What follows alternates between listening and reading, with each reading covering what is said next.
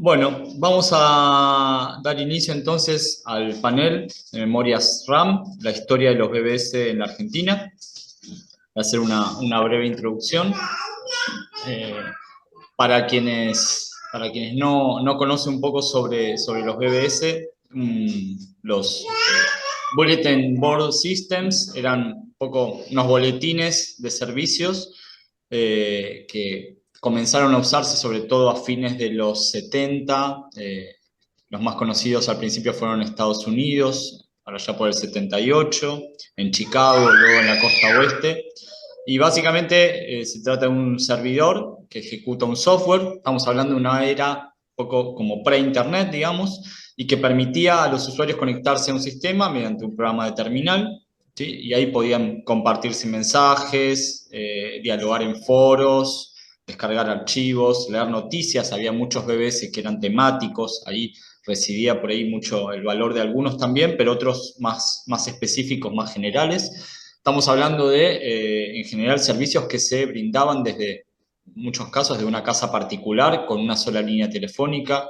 Después fueron algunos creciendo, perdón, pero bueno, acá había una idea más de compartir más que de facturar un servicio, por lo menos en un principio, ¿no? Surgieron de una manera mucho más amateur, más de hobbyistas. Inclusive hay, y quizás algunos también van a hablar de esto, ¿no? Hay una conexión entre los radioaficionados y quienes después gestionaron este tipo de servicios, ¿no? Hay una continuidad también ahí entre ese tipo de perfiles de gente que estaba interesada en compartir cosas, en comunicarse con otras personas que tienen intereses o tenían intereses similares.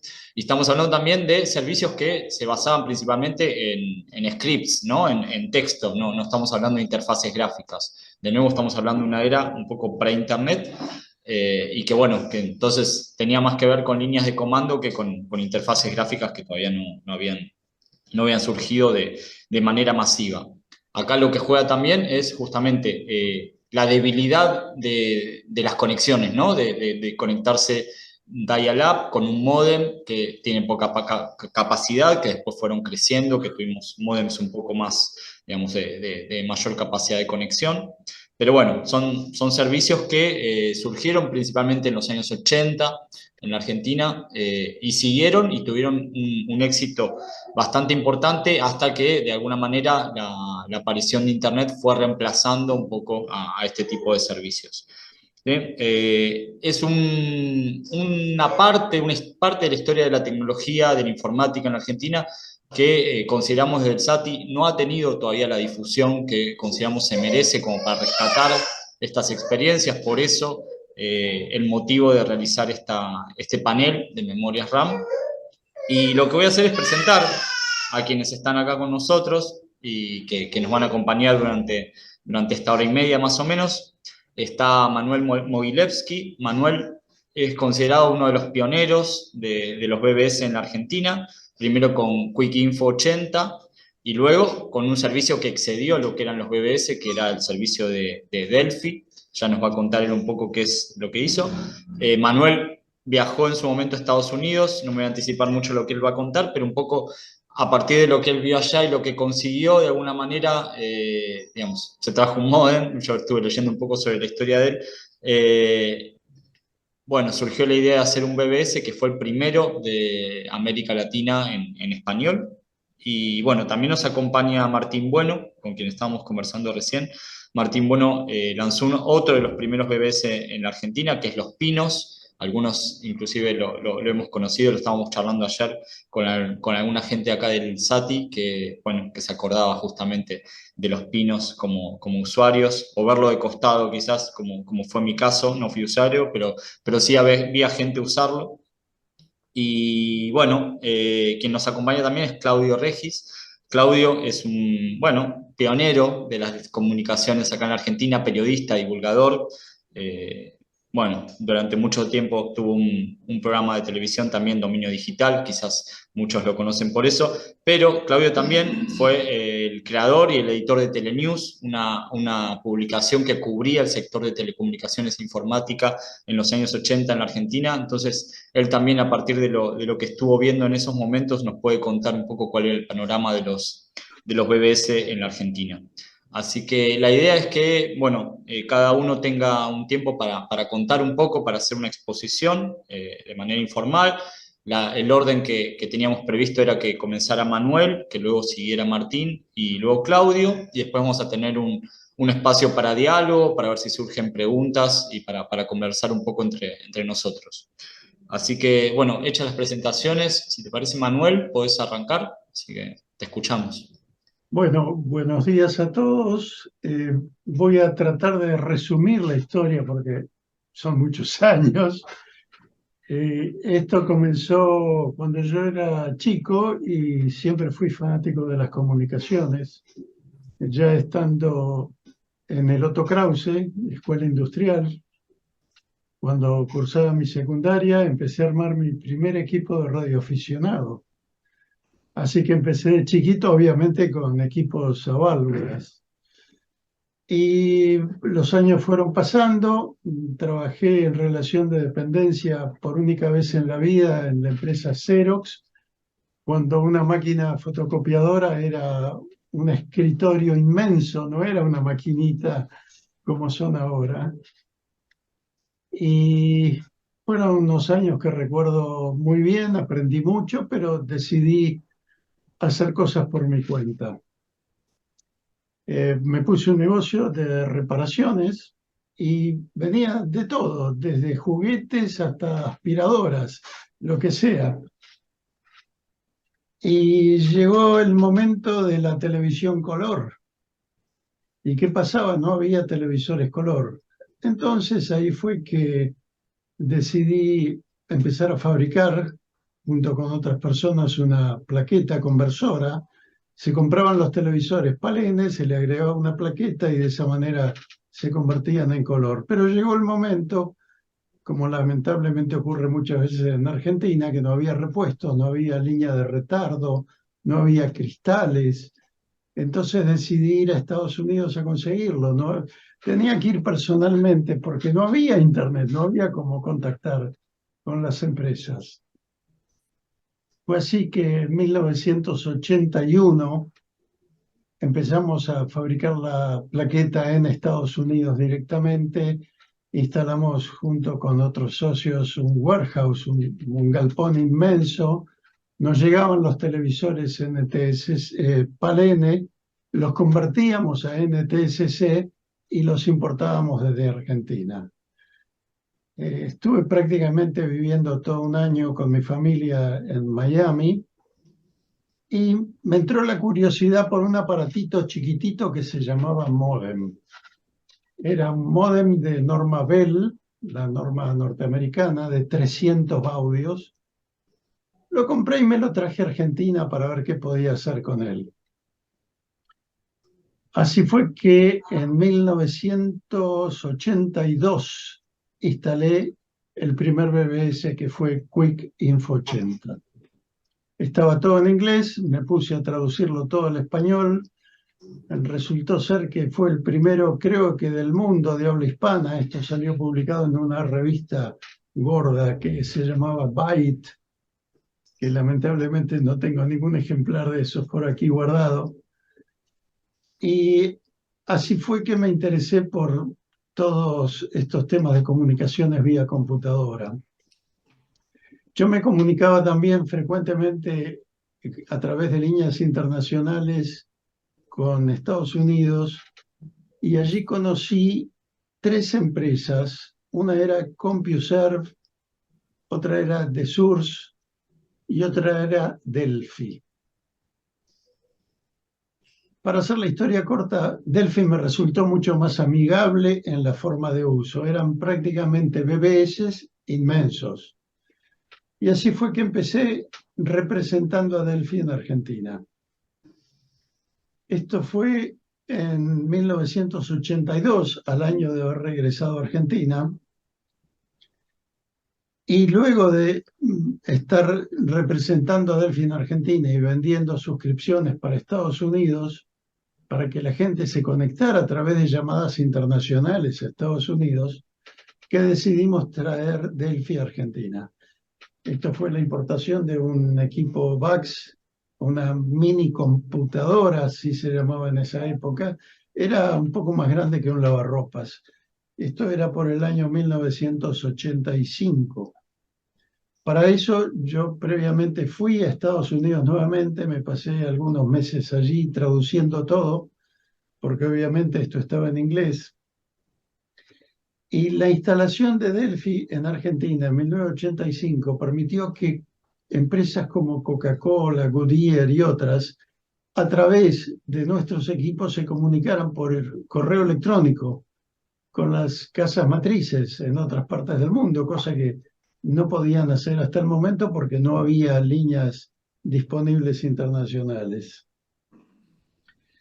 Avanzan los años, en 1987, después de haber instalado en Argentina, 2 años después de haber instalado en Argentina Delphi, nuevamente me puse a, a diseñar menús e instalaciones para otros países. Siempre en Latinoamérica, esto era en Colombia, en Centroamérica y algún otro país más.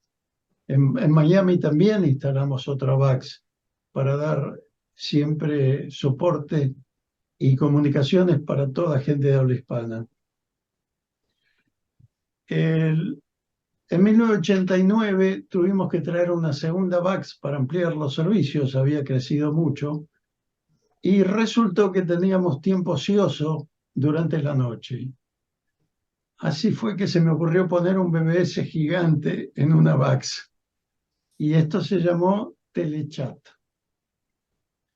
Eso fue en el 89. Y bueno, a partir de ahí ya todos más o menos conocen el resto de las historias. No se acabó ahí mi interés por las comunicaciones. En 1994 instalé el primer voicemail o correo de voz de Argentina. Estaba con una línea cabecera 47885555, que sirvió para muchas cosas. Por ejemplo, era prácticamente un BBS, pero hablado. Era un correo de voz público. Por ejemplo, cuando los chicos se iban de los colegios de vacaciones o a colonias y los padres querían saber qué habían hecho en el día, cómo estuvieron, desde estos centros de recreación dejaban un mensaje en el correo de voz y todos los padres llamaban al correo de voz y se enteraban de cuál fue la actividad del día y cómo estaban sus hijos. Y bueno, todo esto siguió hasta creo que en 1995, que empezó Internet en Argentina. Ya en ese año había algunas empresas y muy pocos usuarios privados. Y recién 2 años después nació la banda ancha, que fue lo que masificó de alguna manera toda esta historia de las comunicaciones. Ujú. Luego podré dar más detalles, pero quiero pasar la palabra al que siga en esta charla. Perfecto, perfecto. Sí, sí, después vamos a seguir conversando, Manuel, pues tenemos, va, no sé, yo por lo menos tengo un montón de preguntas para hacerte, pero sí, pasemos a Martín y después vamos conversando. Muchas gracias, Manuel. Bueno, por mi parte, bueno, nos conocemos con Claudio sobre todo y bueno, con Manuel también hemos conversado, hacía mucho que no lo veía, pero en los 80 estábamos ahí en contacto. Eh, bueno, yo comencé también en los 80 con una historia similar a la de Manuel. eh, Armando un BBS que corría en su momento con una Commodore 64, que fue la primera. Eso habrá sido 84, 83, por ahí aproximadamente. Yo también estudié ahí en el Otto Kraus. Soy la segunda camada de los técnicos en computación, segunda o tercera. Y, y bueno, había quedado muy impactado con el tema de la película Juegos de Guerra, con todo lo que estaban haciendo ahí. Entonces, bueno, me pude a través de esa época, estamos, para que todos se den una idea, 1982, o a ver, 86, o sí, 82, ahí en la época que más o menos contaba Manuel, 83, por ahí. Eh, no existía nada en Argentina. Primero no había líneas de teléfono. Después no había casas de computación. No existía el fax. Perdón, te No agrego algo. existían los... Había líneas, $3.000 cada una. Claro, claro, claro, tal cual. Para que, bueno, Manuel y Claudio lo saben, para llamar afuera había que llamar a un operador que te pasaba, ¿no? O sea, no había computadora, no había manuales, no existía nada. Lo único que existía, y no, creo que vamos a estar los dos de acuerdo en esa época, en los 80, para entrar en el mundo de la computación era comprar una revista que se llama Segunda Mano y ver los que vendían ahí, las computadoras, las cosas que las traían de afuera, obviamente, ¿no? Eh, entonces, bueno, yo también arranqué más o menos en esa época, fui usuario del servicio de Manuel, me acuerdo que no sé cómo lo había encontrado, y me suscribí, tenía la oficina, me acuerdo, en la avenida Córdoba, no me acuerdo la dirección, pero era en la avenida Córdoba. Y al mismo tiempo, bueno, ahí es como que empezó toda una carrera muy del submundo, ¿no? De todos los que estábamos ahí, que éramos muy poquitos. En esa época estaba Manuel, estaba yo, y después estaba Pedro Corral, que él corría en una Apple, me acuerdo, una Apple II. Todos éramos reaficionados, yo era reaficionado, Manuel también, y creo que, bueno, Pablo también. Y bueno, ahí empezamos, obviamente todos enviamos a Manuel porque era el único que tenía una línea a las 24 horas, que para esa época era como una cosa wow. Nosotros la teníamos de noche nada más funcionando porque tampoco se podían comprar líneas, ¿no? Y bueno, así que fue toda una experiencia muy linda. Obviamente yo me volqué mucho más al tema de la programación, entonces el primer BBS lo programé yo con la Commodore 64 en BASIC. No había acceso a programas todavía, después ya llegando a los fines del 87, 88, empezó a venir las primeras PC, así que pasé todo el BBS lo programé en C y lo hice de nuevo, ya tenía ahí 2 líneas, creo 3, y después ya en los 90, me acuerdo que tenía muchos usuarios, había ya empezado a trabajar en lo que fue el primer sistema que tenía teleconferencia en Argentina, que eso significaba básicamente tener varias líneas de teléfono con varios modems, entonces la gente se podía comunicar al mismo tiempo y hablar entre sí. Bueno, algo que tenía Delphi también, ¿no? En esa época. Y bueno, fue una experiencia ahí interesante, después pasé a un software comercial que había comprado en Estados Unidos y bueno, realmente no sé qué es lo que pasó, pero Los Pinos se convirtió, esto no lo digo yo, lo dice mucho la gente, en una especie de lugar de moda en donde estaban ahí todos los nerds y los geeks, que yo me incluía, y bueno, se armó un grupo muy grande de gente, llegamos a tener en esa época así 5.000, 10.000 usuarios, ¿no? Y después, obviamente, bueno, cuando vino en Internet, ya Internet aparece no en forma directa, sino con los mails, para empezar a mandar mails en principio de los 90, entonces ya los sistemas tenían un protocolo en donde se podía enviar y recibir mail, lo que hacían las computadoras era juntar todos los mails del día y lo mandaban por un paquete afuera, y todos los días se actualizaban los mails. Y después, bueno, sí, cuando comenzó Telintar, que fue vamos a decir, la primera línea comercial que llegó a la Argentina. El primer proveedor que tuvo internet fue Sadlink, que creo que es el nombre, no me acuerdo, y después, bueno, estuve yo y bueno, después se armó la cámara también y todo. Pero bueno, haciendo la historia corta, durante los 90, bueno, crecimos, nos convertimos en el proveedor más grande de acceso a Internet, la cantidad de usuarios más grande la teníamos nosotros, pero después ya en los 90, tanto Telefónica como Telecom empezaron a querer entrar en el mercado y yo me acuerdo que vendía, no me acuerdo en detalle, pero mi suscripción salía, no sé, $10 o 15 y Telefónica la vendía 5 y siempre me acuerdo que fui a ver a uno de los gerentes de Telefónica y le pregunté, yo era joven también, bueno, no sé, tenía creo que 20 años, le pregunto, pero ¿por qué compras, por qué vendes la suscripción más barata que yo si no te dan los números por las líneas que tenés y todo eso? Y me dice, Martín, nosotros somos Telefónica, podemos perder plata en los próximos 20 años, no nos interesa. Y ahí empecé a entender cómo era el mundo de las corporaciones, de los negocios.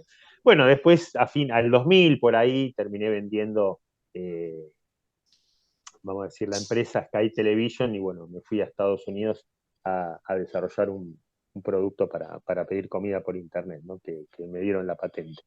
Y bueno, esa es la historia, así cortita, para no aburrir, pero bueno, hay muchas anécdotas. El que conoce todas las anécdotas es Claudio, porque él era el periodista, conocía todo, es amigo de todos, es una persona bueno, yo la admiro mucho también porque tiene un programa que se llama Dominio Digital, que todos conocen, que religiosamente transmite y sigue contando las novedades de la tecnología, así que realmente un prócer ¿Qué dice? de las comunicaciones y todo eso. No, yo te lo digo de verdad, Claudio, no tengo mayor interés que decir la verdad. Pará, Estás hace bancame un 30 segundo, años, 40 años. dame un segundo que me estoy conectando, pará, dame un segundo porque no me... Esperá, dame 2 segundos, esperá. A ver si engancha, a ver si engancha. Claro, ahí Pará, está, mamá, no seguramente. levantes el teléfono, me estoy conectando. Siempre pasa lo mismo. Bueno, era así. No, Gracias. Claudio Siempre pasa hacía lo esta mismo en esta introducción casa. porque él, más allá de tener la revista Telenews, que me acuerdo la tenía ahí en la avenida Montes de Oca, con su socio Parasporo, creo que se llamaba el Rubén, socio, sí, ¿no? sí. Hablamos del siglo Bueno, pasado, estamos hablando de hace 200 millones de años. bueno, pues es historia. Así que bueno, muchas historias y todas divertidas. Así que bueno, esa es mi pequeña colaboración a la charla.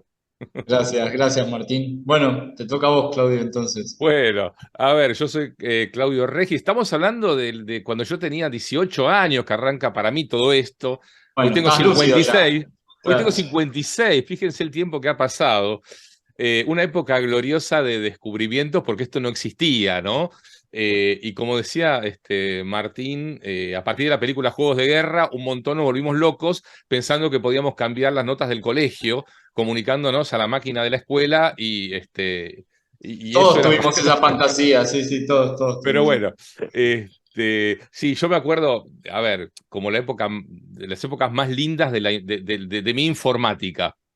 Porque cuando vos decías al comienzo, por ejemplo, el tema que uno se comunicaba a un servidor, ese servidor era una Commodore 64, un Apple II, eran, o sea, máquinas hogareñas, ¿no? Y para los que no vivieron esa época, estamos hablando de las primeras redes sociales. Por eso cuando alguien me dice, ¿hace cuánto estás en las redes sociales? Y desde mediados de los 80. Ay, nada, ¿qué estás diciendo? Si Internet aparece 10 años después y Twitter y Facebook 10 años, bueno, pero eran las primeras redes sociales, ¿no? Claro, sí, seguro. Lo que pasa es que éramos poquitos. Éramos poca gente, después se masificó y entró mi tía Marta a las redes sociales, pero en ese momento, o a la comunicación entre computadoras, era muy poquito. En la época, como bien decía Manuel, que una línea de teléfono salía $3.000, pero además no andaban. Estamos hablando de la época de Entel, donde encima tenías que lidiar con eso, ¿no?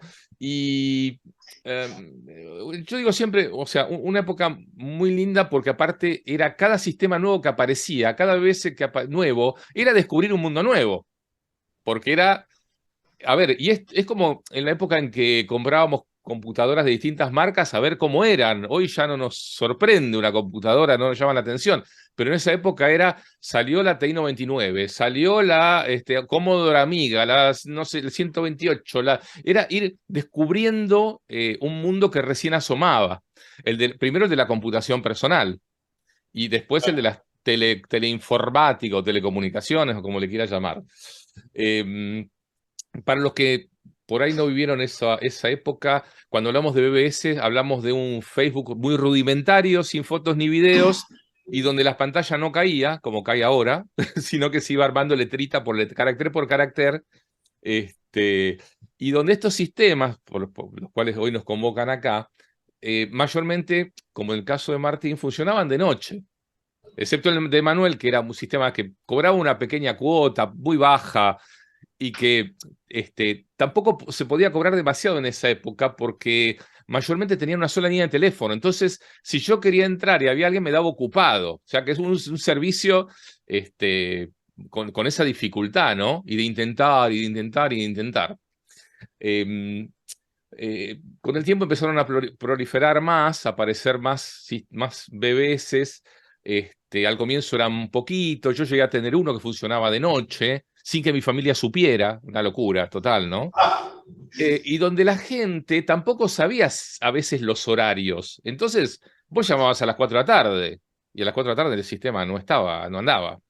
Sí. Entonces, eso generaba una cosa extra, ¿no? De despelotes en las casas, con todos los pibitos como yo, de 15, 16 años, queriendo tener un BBS, que también era un lugar como medio de prestigio, ¿no? Decir, yo tengo un BBS. Yo soy el operador, se lo llamaba SysOp, el System Operator. Yo soy el SysOp, y eso me daba un lugar medio hasta de estatus, ¿no? Soy el operador, el que te puede, digamos, el que te da de alta, o el que te los borra, o el que maneja ese sistema, ¿no?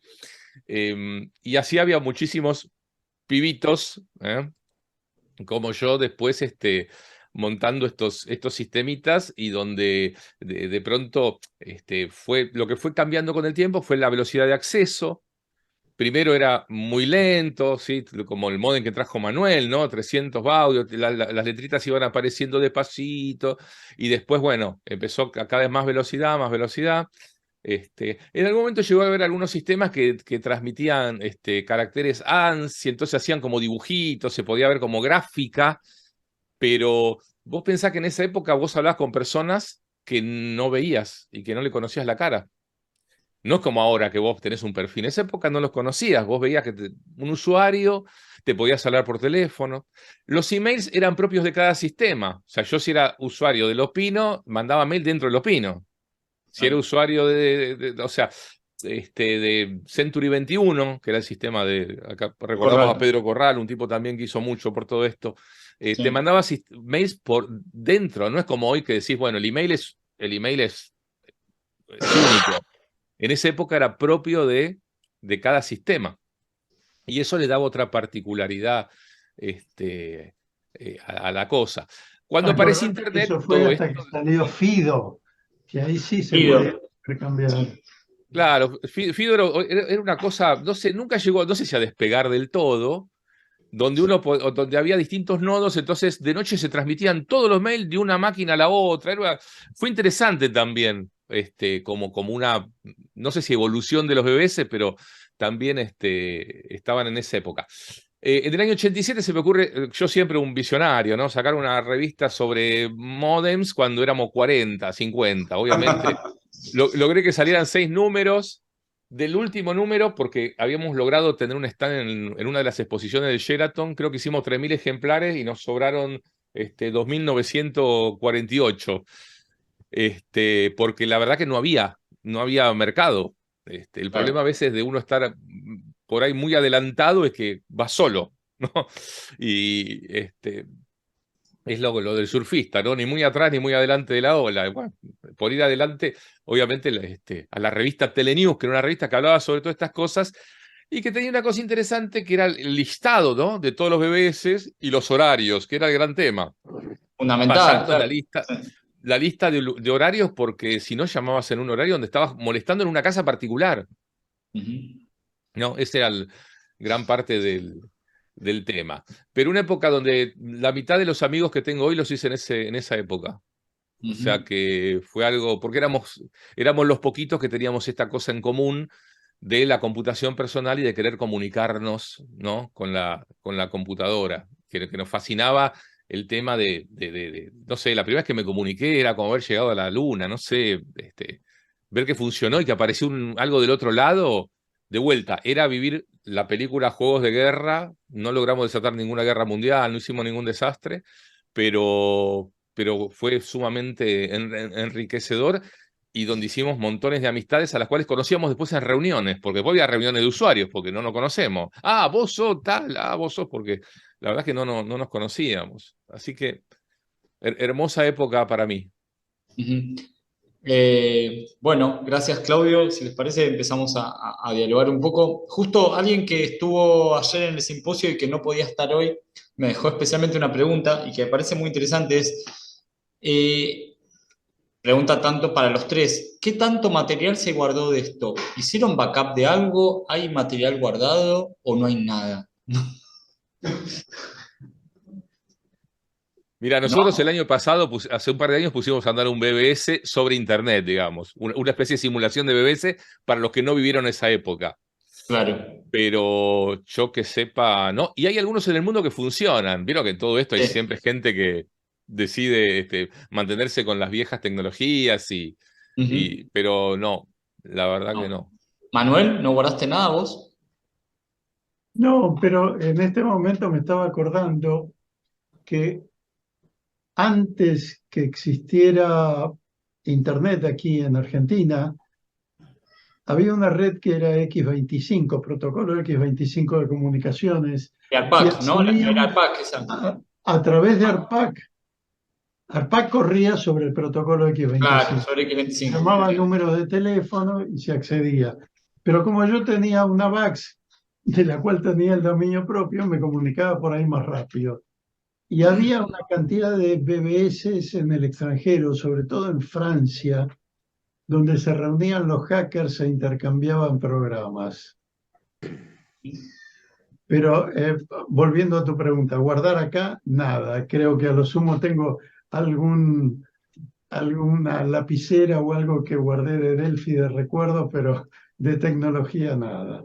De backup de, digamos, de los sistemas, nada. No. No, no, no. No, todo eso No. desapareció cuando llegó Internet. Claro, claro. ¿Y vos, Es que, Martín? Sí, Perdón, yo tengo, ¿vos yo tenés? tengo, yo tengo. Ajá. Sí, yo tengo, después te voy a mandar, Manuel, tengo cosas de Kik Info 80, creo que tengo la Ah, carta de que te enviabas, y eso lo vi hace poco, que lo tenía, y tengo los manuales yo usaba, como es un sistema que se llama Major BBS, y tengo los manuales, tengo disco de 5 1/4, tengo todas las revistas de Claudio, porque era fan de la revista de Claudio. mira. Así que las tengo, debo tener 8, 5, no sé. Seis, seis. Seis o Eh, alguna repetida si tenés 8, porque lograron ser sí, 6. tengo el manual Manuel de Delphi, que tenía El un manual manual, me marrón. ¿Te acuerdas que era acuerdo. marrón? Sí. ¿ves? Sí, Manuel, Beige. con Sí, Manuel marrón, era con anillos marrón chiquito, que decía Sí. Delphi en rojo, sí. y era muy, muy interesante. Sí, yo tengo bastantes cosas porque yo después me armé como el museo propio de la computadora. Debo Mira. tener, no sé, 30 o 40 o 60 computadoras en un depósito de todas las épocas. TiMac 1000, TiMac 1500, 2080, Apple II, Apple Mac, todo. ¿Dónde Las tengo todas está, guardadas en un dónde, depósito. dónde está el galpón, Martín? ¿Dónde está el depósito? Acá hay gente interesada en lo que está diciendo Martín, ¿eh?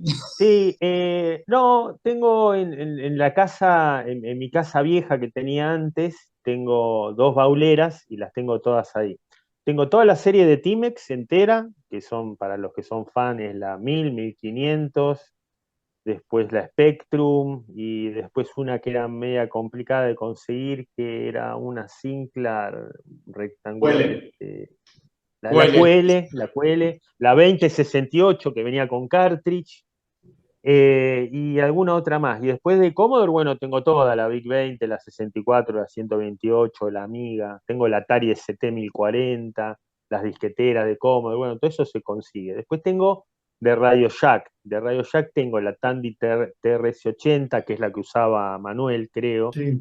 y tengo algunas otras más de Tandy, unas chiquititas que tenía como teclado. Después tengo las IBM y después tengo la primera compact portable. Tengo bastantes ahí cosas guardadas y mucha Por documentación. casualidad, Claro, por casualidad, sí. ¿alguno de ustedes tiene las revistas Byte? Sí, debo tener como 100, Bueno, salió pero publicada en una Byte, algo que me parece interesante porque es algo que creo que nunca había ocurrido en el mundo. Yo tenía un empleado que se debe llamar Javier Henderson.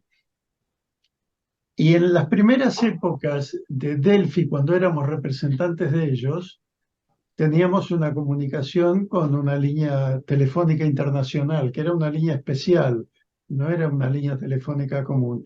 Y a través de esa línea nos conectábamos con Delphi. Este muchacho, Javier, conoció a una mujer en California y terminó casándose con ella y viviendo en Estados Unidos. Y esto salió publicado en Byte, el primer casamiento de redes sociales. Mirá vos. Episodio. Lo voy a buscar. Yo en esa época había online, yo tengo unas revistas que llamaban Online Access, tengo Sí. bastante. En una época tenía como la fantasía de poder armar un museo y todo eso, pero claro, era fantasía. Después sí me encontré varias veces con este muchacho que tiene el museo ahí, que lo tenía, que lo cerró el Museo de la Computadora. Vos, Claudio, capaz que lo conocés, ¿cómo se llama? Sí, a Carlos A Cecchini. Carlos, sí, sí. Chodini, perdón. Giordini. Ese sí, que palmó, no sé qué, y fui a verlo, me acuerdo, hace 2 años, a ver, Palmó el museo, tenía ¿eh? Carlos está todavía. El museo. Sí, El sí, sí. museo. Sí, pero me parece que ya bueno, lo recorrí todo y a ver si podíamos hacer algo antes, pero nada, yo tenía alguna opción de ponerlo en alguna provincia, viste, con algún gobierno que lo bancara, pero nada, la colección que tiene es increíble, tiene de todo. Me Sí. acuerdo que lo recorrí, no sé si vos fuiste, Claudio, Sí, Manuel, sí, tiene sí. de Una todo, pena que se cerrara impresionante. el. Hoy quedó como una muestra Sí. itinerante, ¿no? Si va y monta en algún lado, porque las piezas las tiene, pero el lugar físico ya Sí, no. Mm. era realmente impresionante lo que tenía. Estaría bueno hacer eso como hay en Estados Unidos, pero bueno, no, es complicado, ¿no? Todo esto es complicado. Sí. Acá Nicolás quería. Sí, Nicolás. Hay varias preguntas. Una pregunta ¿Querés venirte técnica. acá? Así te ven. Una pregunta técnica. Hola. ¿Cómo le va? Acá estamos con Nicolás Golovic. Una pregunta técnica de las BBS. Ustedes dijeron que tenéis BBS de Commodore 64, vos dijiste, Martín, que la programaste vos, la BBS. Hay algo que yo no entiendo. El almacenamiento, digo. Almacenabas en disquete, lo que se intercambiaba en la BBS, o sea, ¿qué se podía intercambiar? Porque es un store and forward, en algún sentido.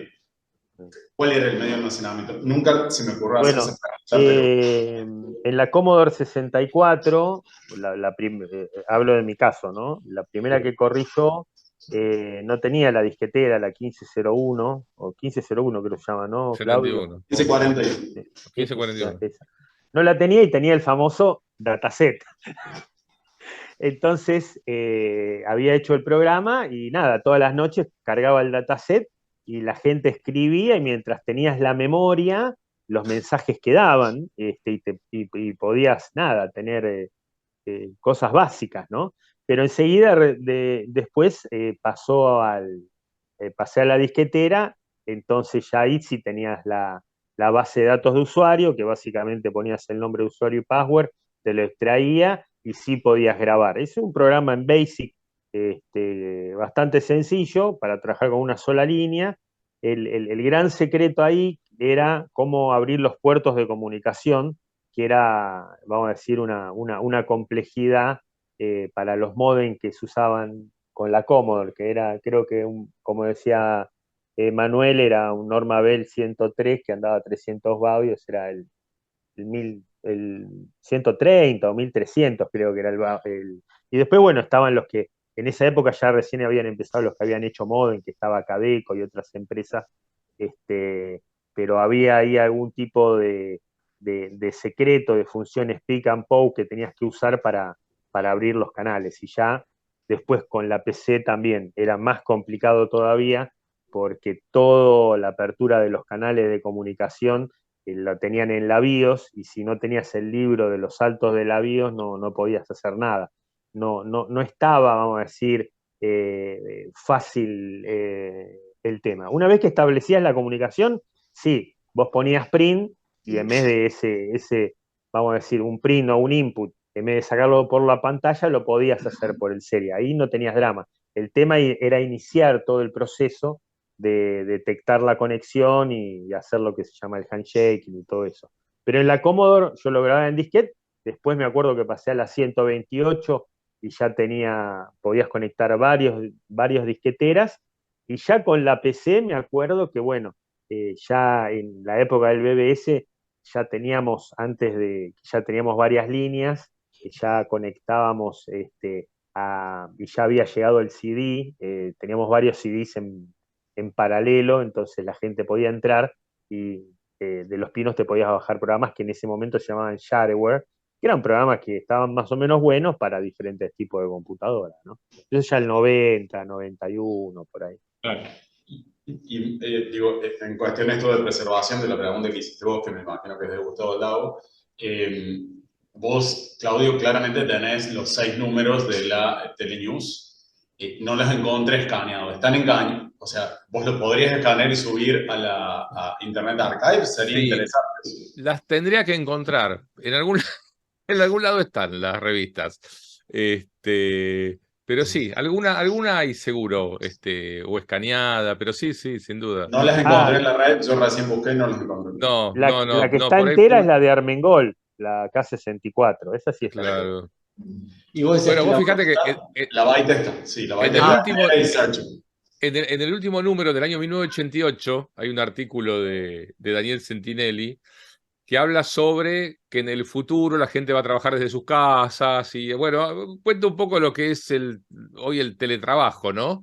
Y hablamos de 1988, o sea, ya se preveía que de alguna manera finalmente todos íbamos a estar conectados y ese fue uno de los últimos artículos que salió en el último número.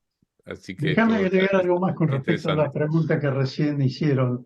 Ujú. Después de que instalé el Quick Info 80, agregué tiempo después una segunda línea telefónica.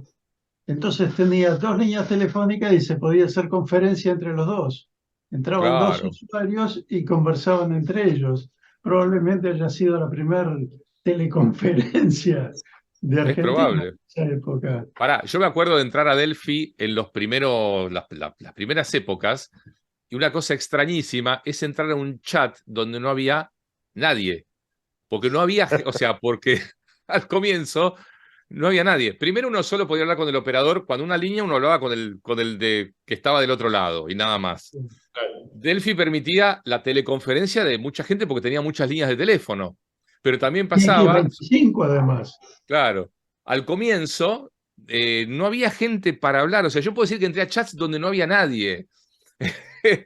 Parece increíble hoy, ¿no? Entrar a un lugar donde no hay nadie. Pero bueno, ese fue el comienzo. Al comienzo siempre hubo un usuario número 1, un usuario número 2, y en algún momento era muy poquito. Después cuando se masificó, sí, sin duda. Pero al comienzo era muy loco entrar a un chat que no hubiera gente. Aparte porque cobraba por minuto, tampoco daba para charlar mucho. Digamos, en Claro. esa época entonces cobraba no en el caso de los BBS, pero en el caso de Delphi, que era un sistema comercial, uno pagaba por minuto y no era barato tampoco el minuto. Entonces no era como para ponerse a charlar mucho, porque Martín, ¿los disquetes de tu programa en BASIC existen? Los míos sí, yo los tengo. Pero están digitalizados, los podés disponibilizar. Digo, ¿por qué les pido esto? Porque son, para nosotros y nosotras, son herramientas de investigación. Básicamente, cuando uno necesita recuperar la historia de las BBS, está bueno tener un material para empezar a leer eso y luego charlar con ustedes sobre los detalles finos. Porque a mí me interesaría mucho, por ejemplo, ver tu programa, Martín, Yo en el tengo, sentido yo de tengo, cuál era después les puedo pasar. Pero hay una persona que tiene mucha información, que tiene una revista que se llama Replay, no sé si la conocen. Sí, sí, sí, sí.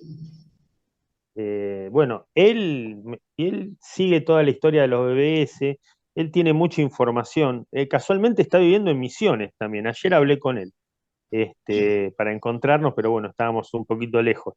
Pero él es una persona, Sergio se llama, no tengo el nombre. Dice Sergio Eh, amigo. Rondán, sí, sí, sí, sí, sí, sí. Sí, sí, ese. Ujú. Después, si querés, te paso Lo tenemos, sí, sí, sí, tenemos el contacto. Bueno, si quieren hacer algo con el tema de los bebés, él es muy fan de todo eso y conoce también bastante. Hizo varias notas en la revista de él, de la historia de los bebés, Sí. a toda la historia. Él es un romántico de todo ese tema. Y bueno, ténganlo en cuenta porque él lo sigue bastante. Sí, yo tengo los códigos impresos en la época que se imprimía con la LX800, creo que eran las de Epson. Tengo los códigos en BASIC y tengo los códigos también de los que usaba en disco de 5 y un cuarto. Y tengo también los sistemas originales del Mayor BB. Yo tengo tanto, no es que fui coleccionando, simplemente que nada, me fue quedando. Tengo un montón de cosas. En mi biblioteca, que es grande, algunas veces veo libros de esa época. Tengo muchos libros de esa época. El problema, Martín, es que el medio magnético se empieza a degenerar, ya tiene 40 años y los disquetes sobrevivieron muy bien, pero en un momento no los vamos a poder leer. Sí, Entonces, estaría bueno leerlos ahora, digitalizarlos y subirlos en la nube. Así como, sí, Claudio, estas revistas, la Telenews, que yo no sabía que existía, porque bueno, no tenemos plata para comprar un modem, está muy buena para disponibilizarla como PDF, subirlo al archive, y eso genera, sí. digamos, que las nuevas Sí, generaciones habría que organizar. Habría que eh, organizar. Lo que tendrían que organizar los que son periodistas como ustedes es organizar con una cámara y hacer una producción y hacer una película. Entonces, podés llamar a 15 personas porque más o menos Claudio los conoce a todos, yo también, creo que Manuel también está. Todos más o menos sabemos por dónde andamos, qué hacemos, y inclusive en YouTube encontrás épocas de capturas de pantallas de conexiones. Hay como para armarlo, pero si se arma bien puede ser interesante porque están ahí, estamos todavía todos vivos para contar la historia de, como dice Claudio y Manuel, de hace Sí, 50 años, ¿no? Pablo es el que, Corral es el que Pablo hace dos Corral, que ya no años, ¿no? está. Murió. Sí, Sí, sí. sí, sí, sí, Pablo Corral. Y después Sí. había algunos otros que estaba la de Giga BBS, que no me acuerdo cómo se llama. Y Había. bueno, y estaba Fido también, ¿no? Sí. Ese era Pablo Kleiman, que tenía Sí, Claro, Fido, sí. que la última vez me lo había encontrado en una exposición, te estoy hablando de los 80, creo de los 90, y se había ido a vivir a Hollywood, es lo Está único en que sé. California, creo. Está en California, sí. ¿Sigue todavía? Mirá vos. Creo que sí. Sí, sí, sí, sí, sí, sí. Bueno, él estaba con el tema de los BBS, Ujú.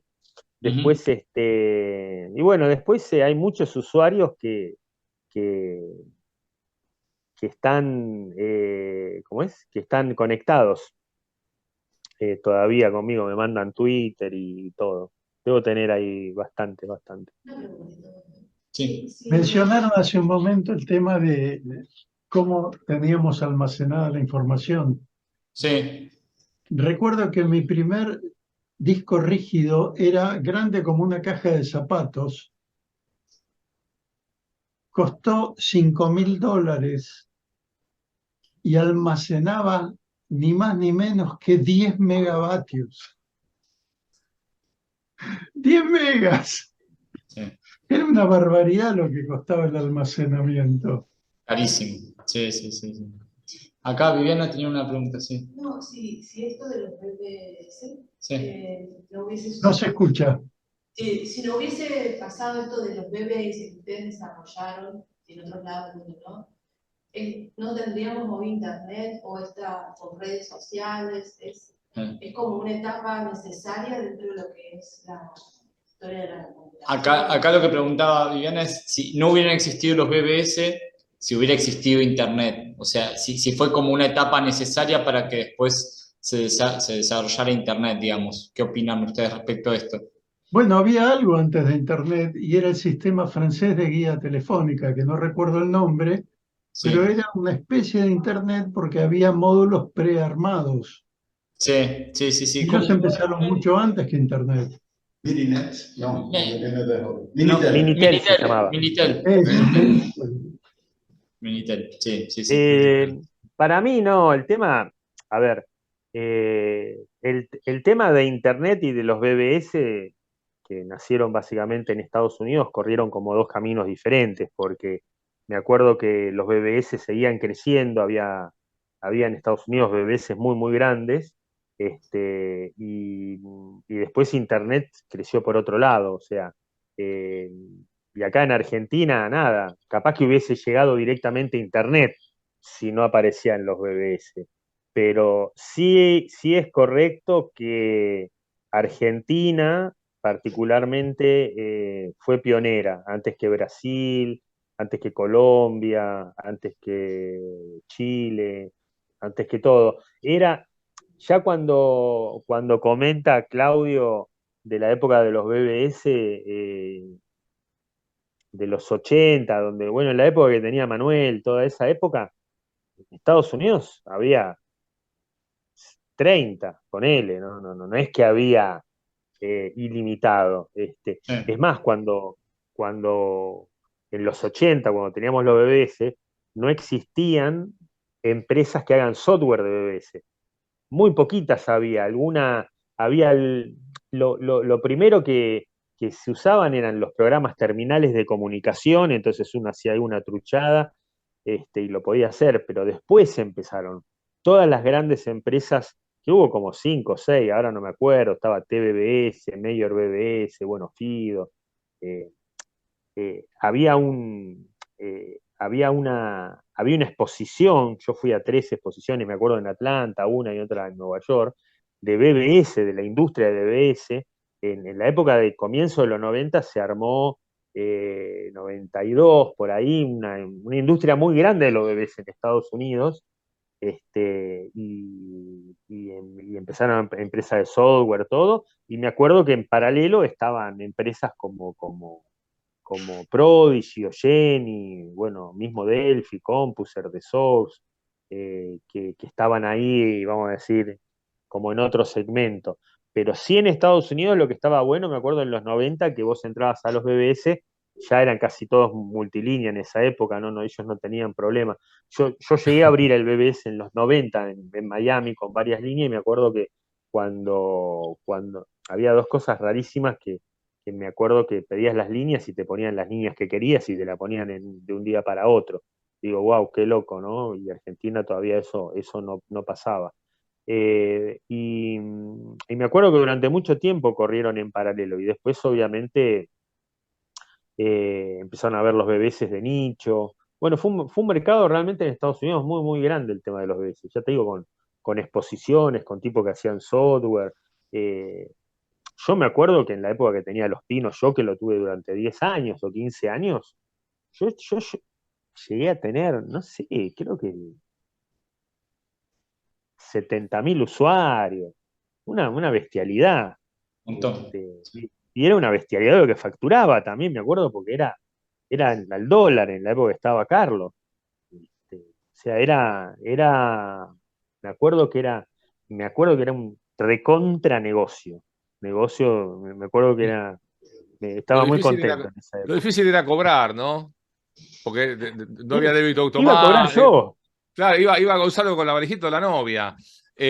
claro, Si se hubiera podido cobrar más fácil, no, claro, el débito claro. automático no existía.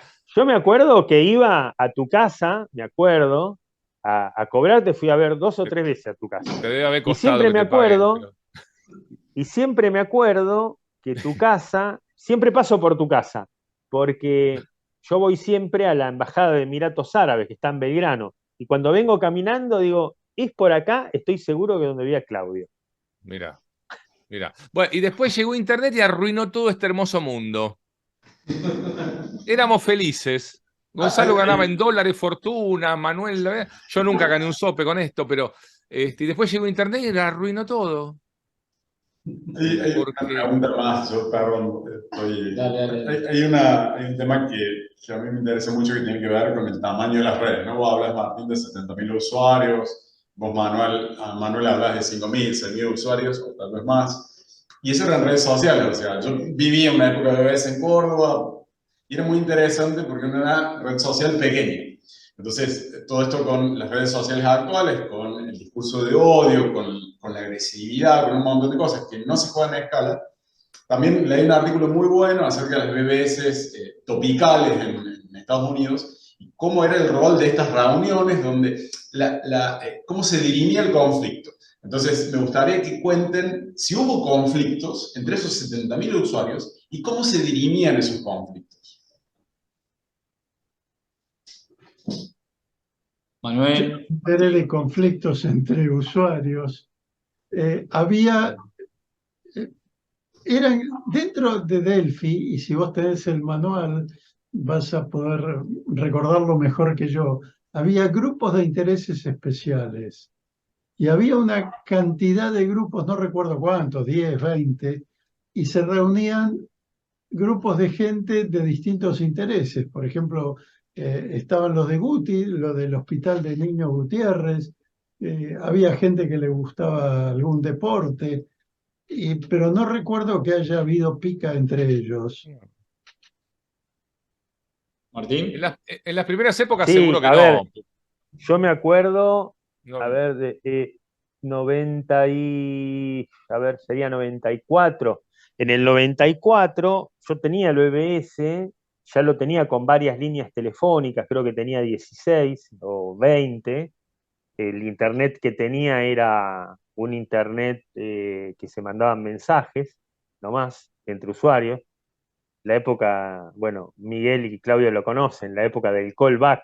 ¿Saben lo que es el callback ustedes? ¿Escucharon hablar de eso? ¿Cómo no sabés la cantidad que vendí cuando costaba 5 No, dólares el minuto de la yo sé llamada de vos, yo Estados sé Unidos? Manuel, a los chicos le digo, que Ah, están los ahí. chicos. Sí, sí, sí, sí, sí. Yo Ah, sé. Te doy bueno, este dato. Valía 5 dólares el minuto la llamada telefónica a Estados Unidos y nosotros lo vendíamos a 1 dólar. sí, me Claro. acuerdo, me acuerdo. Sí. Bueno, y en esa época, retornando a la pregunta original, me acuerdo que sí había como bandas, todos tenían un nombre de usuario, que cada uno se ponía el que quería, que eran nombres de personajes de película o de los nombres. Había mucho del Señor de los Anillos, de Tolkien y todo eso. Y me acuerdo que sí había como que diferentes tipos de grupos, yo recuerdo que en esa época habrían 5.000 usuarios, ponele, que tenía, y sí había como reuniones que se hacían en Ramos, otras que se hacían en Recoleta, había como grupos segmentados y después, bueno, sí, también hubo gente que se casó y que se encontró en línea, bueno, todas esas cosas. Después hacker también, obviamente, que hackeaban el sistema mío, y demás cosas, y otros sistemas, pero sí, había algún tipo de actividad. Claudio, ibas a decir algo vos también, me parece. no, en esa época, a ver, sobre todo en la primera época que éramos muy poquitos, no, o sea, era otro mundo porque éramos todos medio nerds, mucha gente del mundo de los radioaficionados, éramos los que nos interesaba la tecnología, o sea, no entró la gente común. Entonces era otra cosa, no. Cuando entró todo el mundo es como que se pudrió un poco el espíritu ese que había de por ahí de ayudarse, de que uno dejaba un mensaje preguntando algo y todos lo ayudaban. Era una cosa mucho, en ese aspecto, diferente. Yo no recuerdo conflictos ni problemas, o sea, pero porque creo que éramos toda gente con un interés común. En un punto éramos toda gente que estábamos investigando una tecnología nueva, éramos un poco los pioneros de la computación personal. Recordemos que las computadoras para ese entonces, hablamos de la época de la Commodore 64, ponerle para arriba. Sí. Antes que había la TI 99, digamos, no había mucho más atrás aparecía la computación personal, o sea que todo lo que tiene que ver con problemas entre usuarios, la verdad que no, en general, si había era muy poco, Ujú. Sí. pero Y porque era distinto, sí. no, respecto digo de las comunicaciones y los costos de las comunicaciones, cambió mucho cuando, bueno, cuando empezó a funcionar ARPAC. Vos contabas un poco de eso, Manuel. Sí, las comunicaciones, no solamente ARPAC y las comunicaciones telefónicas, en el año 94 yo instalé el primer servicio público de fax. ¿Saben lo que es un fax? Probablemente no todos, pero hoy no se usa más. Pero tenía un local comercial que había abierto para mi hermana y además del voicemail, correo de voz, teníamos servicios de fax y servicios de teletipo. Eran servicios que usaban las empresas y nosotros recibíamos mensajes y enviábamos mensajes para la gente porque no tenían acceso a este tipo de servicios. Claro. Vos, Martín, sufriste, digamos, ese cambio, digo, de los costos, pero que después bajaron un poco con también si tenías acceso afuera a las redes internacionales con ARPAC, ¿cómo hiciste esa transición? Yo después en el BBS, también en los 94, yo tenía la placa X25 y yo tenía un nodo de X25 y la gente se podía comunicar. Era medio difícil de cobrar, yo que sé, estaba bueno, mucha gente se conectó, pero la utilidad del X25 yo nunca la vi muy interesante. Y yo tenía acceso y tenía, durante casi 4 años o 5 tuve, pero ni bien vino ya el tema de mail, de los batch de mail, que tenía un protocolo que llamaba UCSSP o algo así, eh, ahí ya el X25 como que no tenía mucho sentido. Es lo que recuerdo, ¿eh? Y aparte en Argentina había una clave de ARPAC que la tenían los 5.000 usuarios míos, que no me acuerdo cuál era una clave sola, que creo que la tengo anotada, que era la del ACA, de Acamática, creo, no sé. O la de Acamática y NEC. La de Acamática y NEC eran. Y las tenían todos. Aparte, imagínense que en esa época, para que se tengan una idea de espacio y tiempo, mi hija tiene 18 años y yo siempre le cuento cosas y me dice, no te creo nada. En esa época no había la comunicación que hay ahora, entonces alguien podía tener la clave de otro y nadie se enteraba de nada, porque no había acceso a la información. No había WhatsApp, no había celular. Vos llamabas a alguien y era el vecino que te atendía y te pasaba el teléfono. Nada, o sea, la comunicación era muy complicada. Es más, cuando hacíamos las reuniones, nos juntábamos y charlábamos de código, che, ¿qué código usaste vos para saltar a tal parte de la memoria?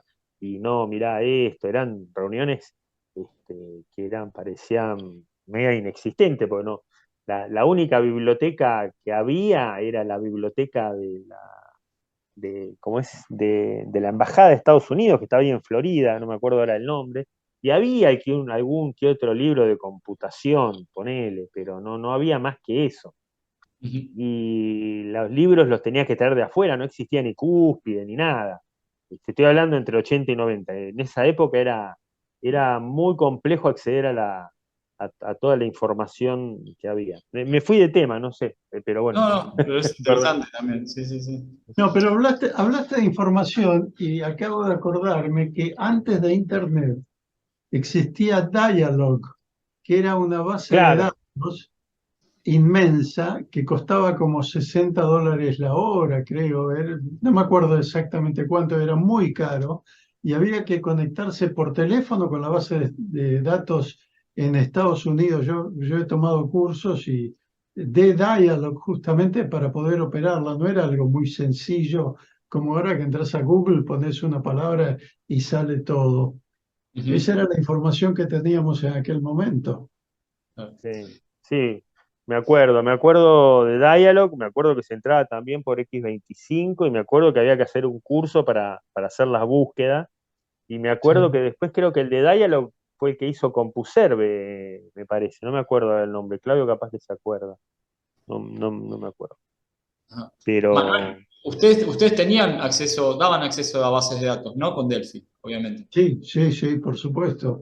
¿Y No de qué, por solamente base ejemplo? de datos, sino como mencioné antes, a empresas muy grandes, email con sus casas centrales en otras partes del mundo, porque teníamos un nodo X25 y a través del sistema Delphi había una manera de enviar emails al exterior. Ujú. ¿Y bases de datos de qué, por ejemplo, tenían? No, pero base de datos propias no. No, de otros servicios, digo. ¿De qué temas, digo? ¿Sobre qué, por ejemplo, había? Lo que índice de mencioné libros, por antes ejemplo. de grupos de interés especiales. Claro, sí. No, pero me preguntaba, ¿cuál eran los grupos de interés que más demanda generaban o más usuarios había? Mira, la verdad que no me acuerdo, pero si alguien tiene un manual a mano, ahí lo podría ver. Ujú. Creo que están mencionados en el manual los grupos. ¿Y vos, Martín, te Y acordás como eran, usuario, eh, Claudio? Sí, las conversaciones eran otras, ¿no? Claro, Digo, hace 40 años se hablaban de otros temas. Eh, yo me acuerdo que eran temas muy triviales, ¿no? Imagínate que en esa época no había restaurantes, por ejemplo. Sí, había 2, 3 restaurantes, 5, 10, 20, pero no había una cultura gastronómica. Hoy en día, no sé, el Instagram es la comida y el viaje, ¿no? Digo, como concepto de información. En esa época no había ni comida ni viaje, porque no había restaurantes, y si había restaurante era en la parrilla o alguna otra cosa, pero no era un programa del restaurante en sí. Y después los viajes, bueno, si viajabas era guau, porque viajaban muy, muy poquitos. Yo me acuerdo que te encontrabas en la casa de alguien, te mostraba fotos, ¿viste?